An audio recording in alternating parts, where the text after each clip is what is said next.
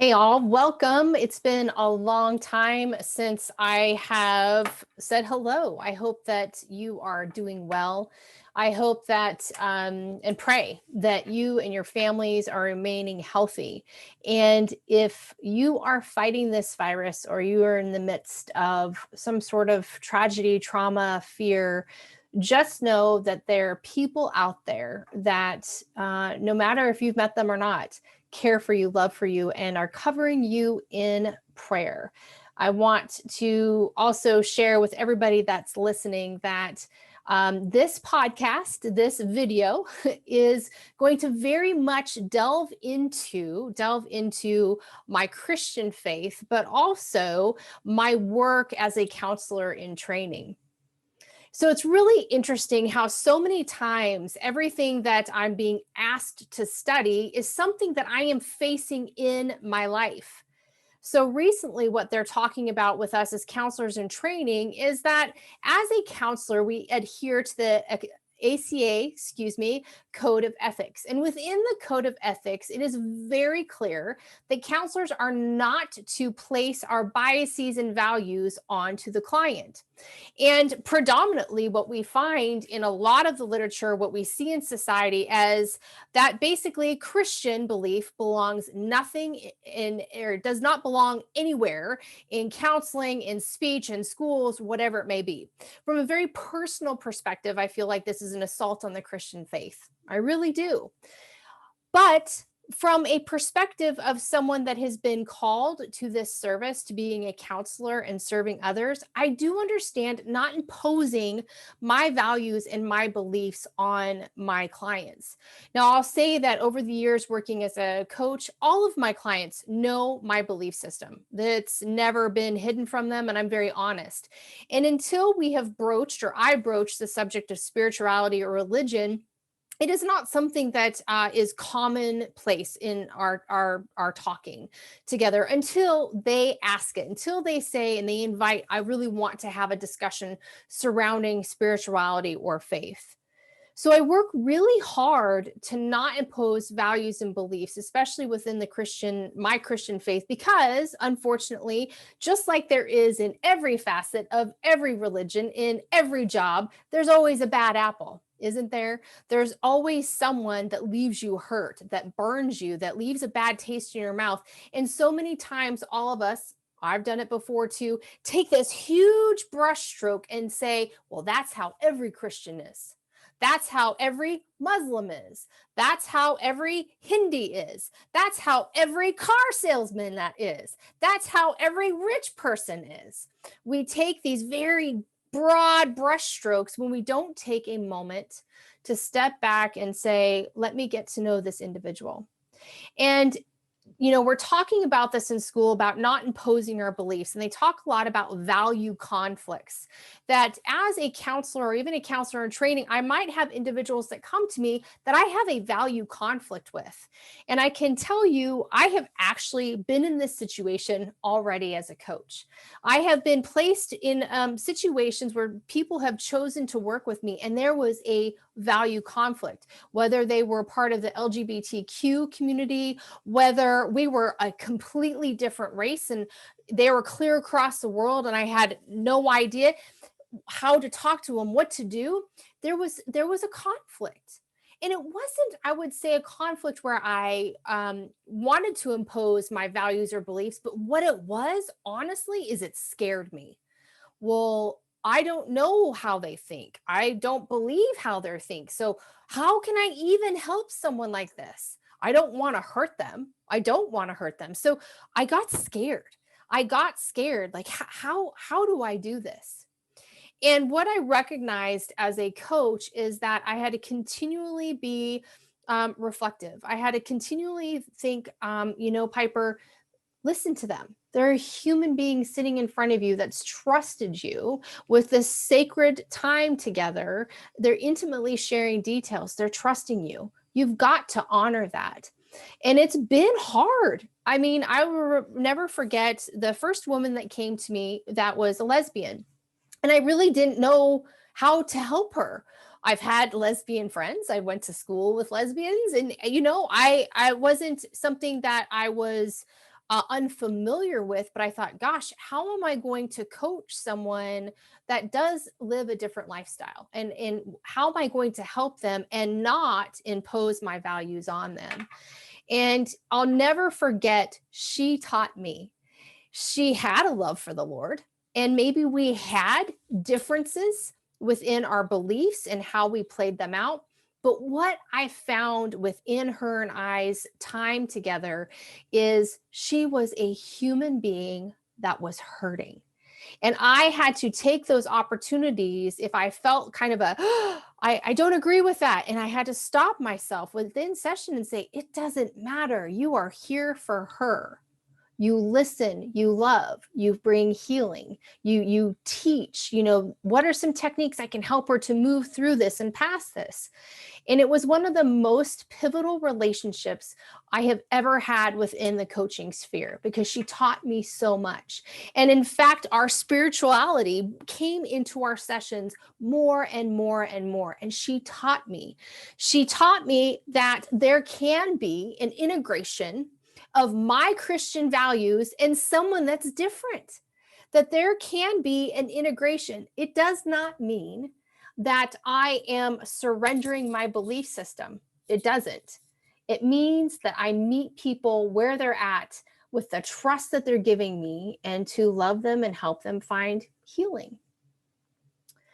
There's another woman, and I've shared this story before, and she came to me a couple years ago, and she was looking for coaching. And wonderful. I mean, highly intelligent, looking to climb the corporate ladder. She was a ball of fire, and she just needed someone to just kind of chat things out, figure things out. Well, she's a Hispanic woman.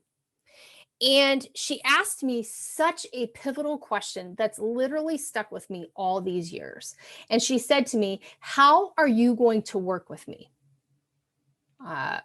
I'd work with you like I have with everybody else. She goes, "No, as a Hispanic woman, how will you work with me?"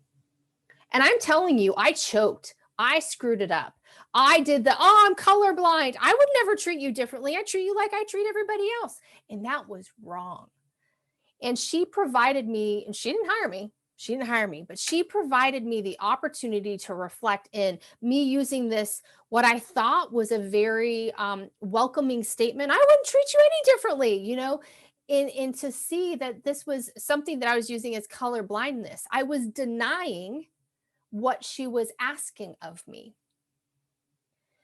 And I think so many times individuals, we see people right now denying people that they're even human beings because they're Democrat, because they're Republican, because they're straight, they're gay, they're black, they're white. There are so many differences right now, and we choose to cut people off and, I would never do that, or cut people off and say, I'll never speak to you because of how you identify, what your titles are. And I think too, like I shared earlier, I feel under assault as a Christian, especially as I'm training to be a counselor, and I have this kind of dissonance that I see, that I feel like I'm supposed to adhere to these code of ethics, but how in the world do I adhere to a code of ethics where I feel like I'm being told I'm wrong, but everybody else can feel this way? So it's something that I have been in the midst of, and it's very interesting because I'm doing these different projects and papers, and it is just really twisting me in knots. How do I maintain my belief system in Jesus Christ while also loving individuals that are totally different from me? How do I do that? So today we had a discussion post for school. It's asynchronous, so we have to do videos and then we post them, and that's how we have dialogue with our cohort.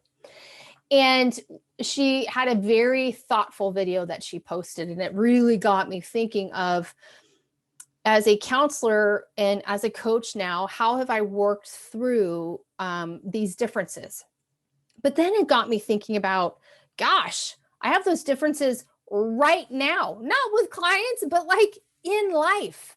How many of you have gone through your Facebook page and totally cutting people off. Like nope, nope, nope. I went through that. I think part of it, I unfriended people was they weren't really friends. I knew them maybe 5 years ago. I might have known them 20 years ago, but I haven't talked to them. So I was like, it was part of my healing from what social media did to me. But I also really have worked in the last couple of weeks to see beyond some of the posts that were really painful, the posts that assaulted my faith, and remember the individual. There is a woman I have known forever. And we went to school together, and we couldn't be any more different when it comes to our politics, when it comes to faith. I mean, we couldn't be any more different. And she says things that I see on my social media feed and they hurt. Or she sponsors things, or she promotes things that are counter to my beliefs. But I can tell you, there has been such a tension that I feel because I really love her. Years ago, I can't even remember how long ago. I don't know how she knew, but I was going through a very difficult time. And she messaged me and said, I need your address. And I'm like, okay. So I gave it to her. It just seemed odd. And you know what she did? She took the time to create this beautiful jewelry for me, a pendant. And it was one of the most thoughtful things anyone has done for me. I didn't deserve it. She just wanted to love me. And it has stayed with me for so long. And so every time I see something that hurts me that she's posted, or something that I am just so against, I remember that human being that loved me enough to ship me a piece of jewelry clear across the United States that she made. And so there's tension for all of us. And I think that's why I wanted to jump on, is that we all face this tension, especially in the emotionally, politically, just charged environment that we are around right now. And it's exhausting, isn't it? I mean, I know if you're like me, your heart is sinking every single day. For me, as a Christian, I'm like, Jesus, come back. Like, this is just so hard. But then on the flip side, I say that, Jesus, come back. And I'm like, wait, not yet. There's so many I want that they should know you, that they should love you. But we all have this tension, and I'm going to continue to face that tension as a therapist.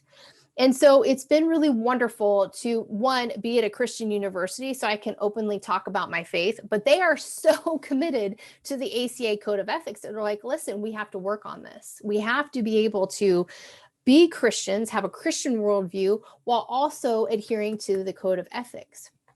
So today, again, we were talking about how do we do this? And so that led me to some research. I'm like, there has to be something that's going to make sense.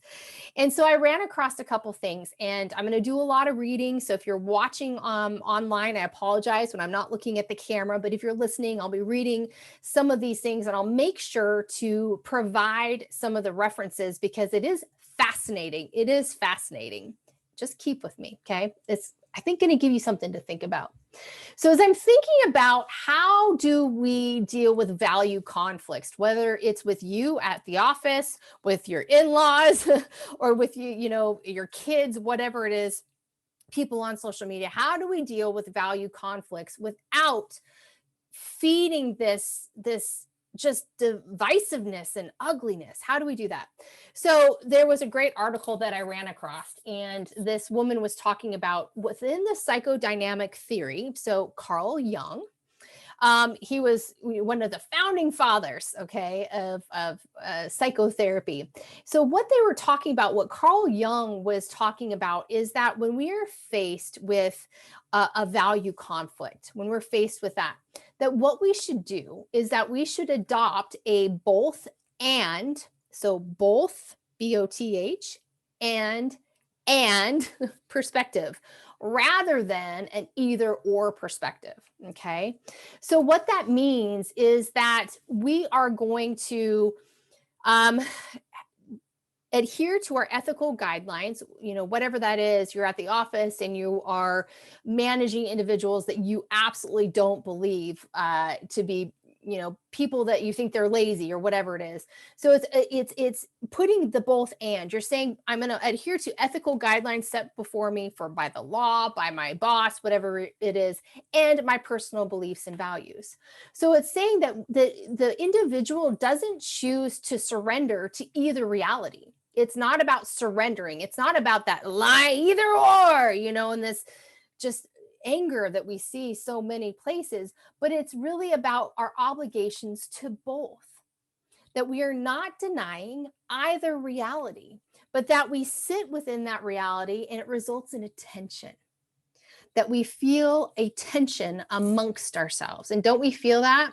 But I think so many times we don't want to maintain that tension because tension doesn't feel good, right? But if you can maintain that tension, and saying, I am not surrendering my reality, however, I am allowing myself to view someone else's reality. And what that does is it transcends those realities. What it does is it transcends those differences. And so you're not denying either of them. But what you're actually doing is that you are being courageous, both morally, right? Morally and ethically. You're treating a human being as a human being. And I just loved it. And what they say, they go on further to say, is that subsequently from this tension and allowing yourself to be in that tension, you may find a resolution. But the resolution might just be, gosh, I really love her and she sent me that piece of jewelry. So that's where that resolution can come. So further on, it talks about some other individuals and how do we overcome these value conflicts that you and I are both facing, whether it's professionally or personally. One was called moral reasoning. And if you know anything about lifespan, all of that, comes from psychologist Kohlberg, Hoffman, and they talk about how we develop our moral reasoning as children, like where that happens, attachment, it's just a whole thing. And what they talk about with this moral reasoning is that the moral reasoning, what it does is it provides a resolution to that conflict, to that tension, or what we call dissonance. And you do it through something called empathic morality. You, again, are not denying your realities, but you're choosing to have empathy for the individual next to you. You're choosing that. So you choose this empathetic morality. You do not step into your reality. Remember, you're not surrendering your values and your beliefs, but you're choosing to say, okay, I'm going to step into this tension that I'm feeling where I feel like there's a total difference in between us, and I'm going to choose empathy towards this individual. And I was like, okay, yes, this is how we do it. It's not either or, it's and both. And now, I do want to say this caveat. I think too many times, and again, this is my Christian beliefs, we become too soft. We become that there's no morality, that there's no right and wrong. And I am not condoning this wishy-washy morality. I'm not. I believe there is a right and wrong. And then I'd have people argue with me and say, well, how do you know your right is right and my right is wrong? Right? So I understand that there's a lot to that. Obviously, my morality is charged by Jesus Christ. Somebody else's might be different, but I don't believe in this. Everybody can do whatever, this crazy dystopian thing that we're seeing right now. I don't understand it. And it scares me for my children. It scares me for my clients. But again, just to put that caveat out there, I do have very strong beliefs. And this, again, is not us surrendering our reality, but it's choosing to have empathy towards individuals that are in our life. The last technique I heard, it's called systematic Desensitization. I almost messed it up. That's quite the word. So basically what that is if you're familiar with PMRT, that's progressive muscle relaxation technique. So what it does, PMRT is a process of clenching your muscles very tightly, one muscle group, one limb, appendage down, and you clench and you release, you clench and you release. And what you do by doing that, what they're finding through research, it's fascinating, is that when you force yourself, like when you clench really hard and then you relax, you're reteaching your brain. You're reteaching your brain that you do have access to releasing tension. So many times PMRT is used for anxiety. And so what they're saying is it's kind of the same process that we do the systematic desensitization, just like we do with PMRT. Okay, I'm going to desensitize my system from anxiety by teaching my brain that although I feel this tension with anxiety, I can release from that tension. And they're saying that it's the same thing. We work toward this release of tension through empathy. So we think about it. We learn how to relax when we're faced with differences. And it's funny, as I was thinking about this today, we are so quick to anger and to speech, aren't we? Well, that goes to a scripture where it talks about that we should be so slow to speak, quick to listen, and even slower to anger. And that's essentially what all these psychologists are saying. Choose empathy. Choose empathy. There are always going to be value conflicts because, frankly, you and I are always going to be different. In fact, it was funny, my pastor this weekend, he's hilarious. And he was kind of trying to bring some humor into church. We were talking about some of this stuff. And he said, listen, y'all, I know there's fights amongst the church, but if you people don't like bacon, I just don't even know. And he said, and if you people leave chicken on the chicken wing, it's too much of a difference, right? Because we're all faced with conflicts. We're faced with value conflicts within the church, outside of the church, in politics, in health, in environmental issues. There's always going to be value conflicts. But what I learned through this research, and okay, what are some techniques that I can apply to my personal life, but also my professional life, and hopefully you can apply these as well, is that, gosh, this really is so rooted.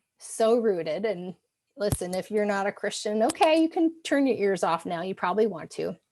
But it is so rooted in Christ, in the teachings that we get from our scripture. So I want to talk to you about how you stand in the tension. How do you maintain that? So there's this amazing, extraordinary story about Jesus, and when he speaks to a Samaritan woman. So to give you a little bit of context, number one, when Jesus was walking this earth, which he isn't a historical figure, he is real, y'all. He's real. Contextually, you didn't speak to women. Did not speak to women, and you did not speak to Samaritan women. So there was definitely a ethnic war, if you would say, going on. And what I love about what Jesus did, he was always saying, no, everybody is welcome. Everybody is welcome. But there's this wonderful story about Jesus and him having this conversation with a Samaritan woman. So he goes on a walk and he ends up at a well. Okay, and you can find this in John 4. So Matthew, Mark, Luke, John, that's the fourth gospel. So if you're unfamiliar with the Bible, you can Google this and just do John chapter 4 or Jesus and Samaritan woman. Okay, and that'll come up for you. So basically, he's walking, he ends up at a well, Jacob's well. Jacob is also a biblical figure. Historically, he's there.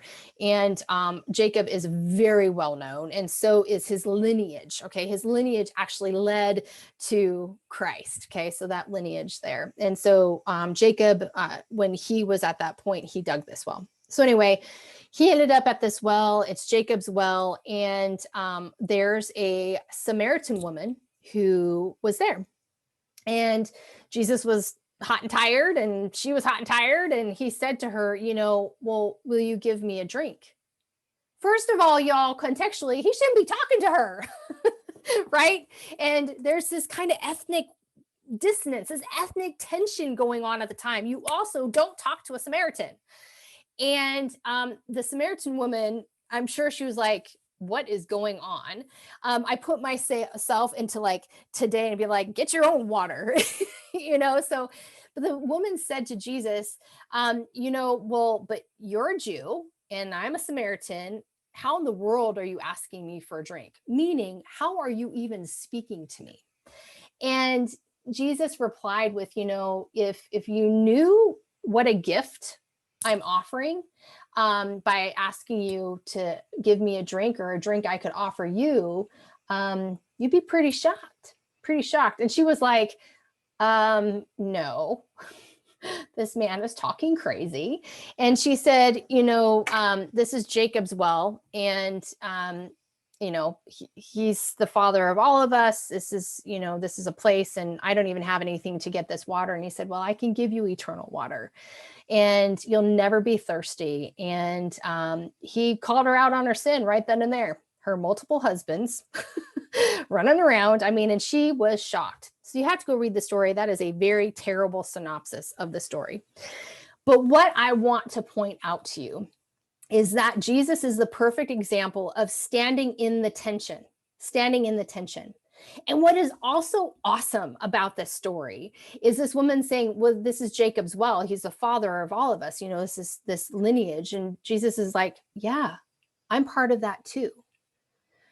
So he did not surrender to her his power of Jesus being Jesus Christ. In fact, he called her out on her sin and said, hey, follow me. And you're forgiven. But what was wonderful is he didn't surrender his reality.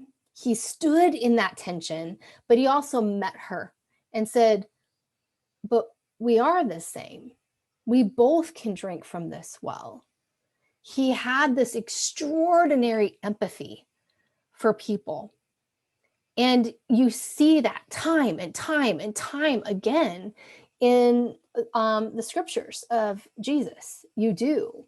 And so as I consider value conflicts and how I'll face those as a therapist, how I'll face those in my personal life, how I'm facing those right now, I think about how Christ met the Samaritan woman at the well. Contextually, historically, you are not speaking to women. It's not happening. You're also not speaking to a Samaritan. There's this ethnic tension going on. It's very much like what we see now. There's tensions everywhere we look, isn't there? And what he did is he didn't surrender who he was. He didn't surrender that he believes he is the one and only way. But he did show her love. He showed her pure love, saying, listen, you and I can drink from this well because we come from the same family. We're human. But I can give you something better. Now, I'm not saying I'm Jesus. Not even close. Cannot fill those shoes or sandals. But what I can say is, what I would really urge all of you to consider is, what gift can you give someone? It might just be a ladle of water. It might be a listening ear. It might be getting off that keyboard and not being mean and awful and ugly to people on the internet. It might be listening, hearing someone out, giving them the benefit of the doubt. You are not giving up your reality. You're not. But what you are is you're stepping into the tension and saying, I'm choosing to see this human being as a human being. You can give them a little bit of water. It's going to be kind of my visual for a while. I can give people some water. They belong at that well too. And so I challenge you today. If you don't want to listen to the Christian perspective, I get it. Fine. I think you should. I challenge you to read John chapter 4. Challenge you. If you have questions, let's talk about it. But if you don't want to consider that, then let's consider the value conflicts that you are facing right now in the office, at home, in your community, in your schools, everywhere. It is everywhere right now. It is.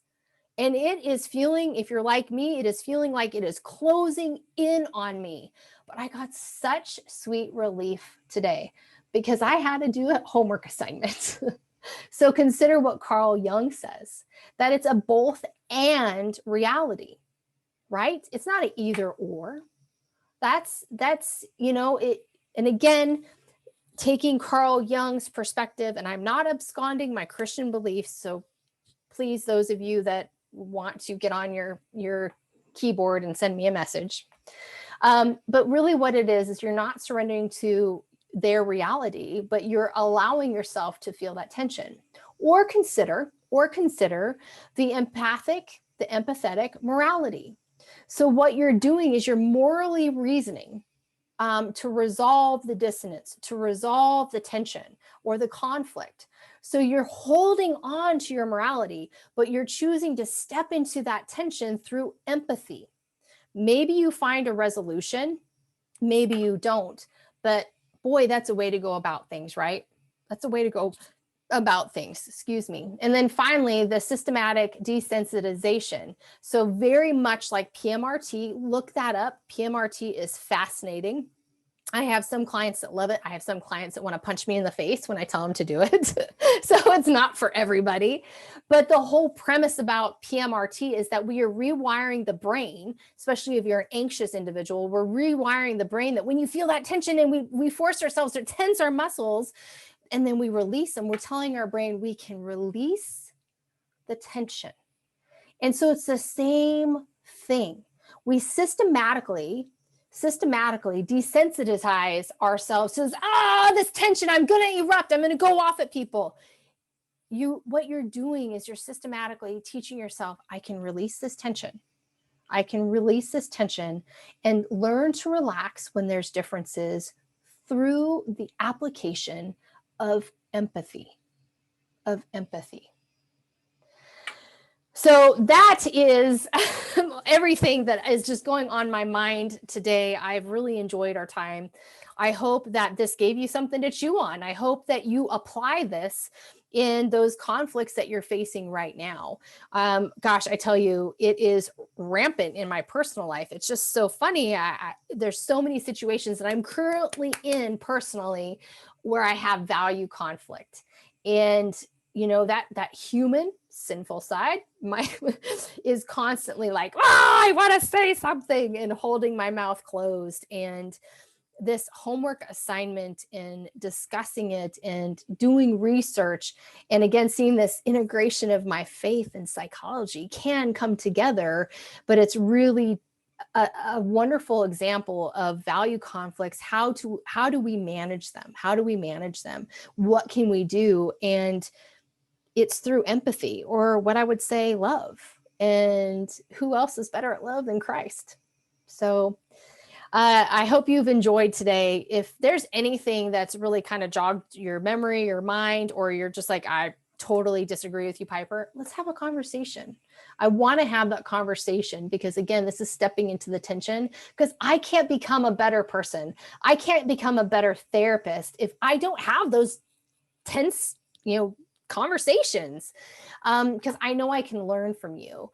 And like I shared about the woman that I've known forever, I think junior high, I felt this tension because there's some things that she posts and I'm just like, but it's so funny as I start thinking, number one, about Christ and the Samaritan woman, and number two, what I've been called to is that, gosh, I choose to look at her with love.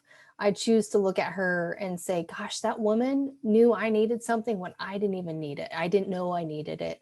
And what a blessing she was to me. So, I hope you can apply some of this to your life.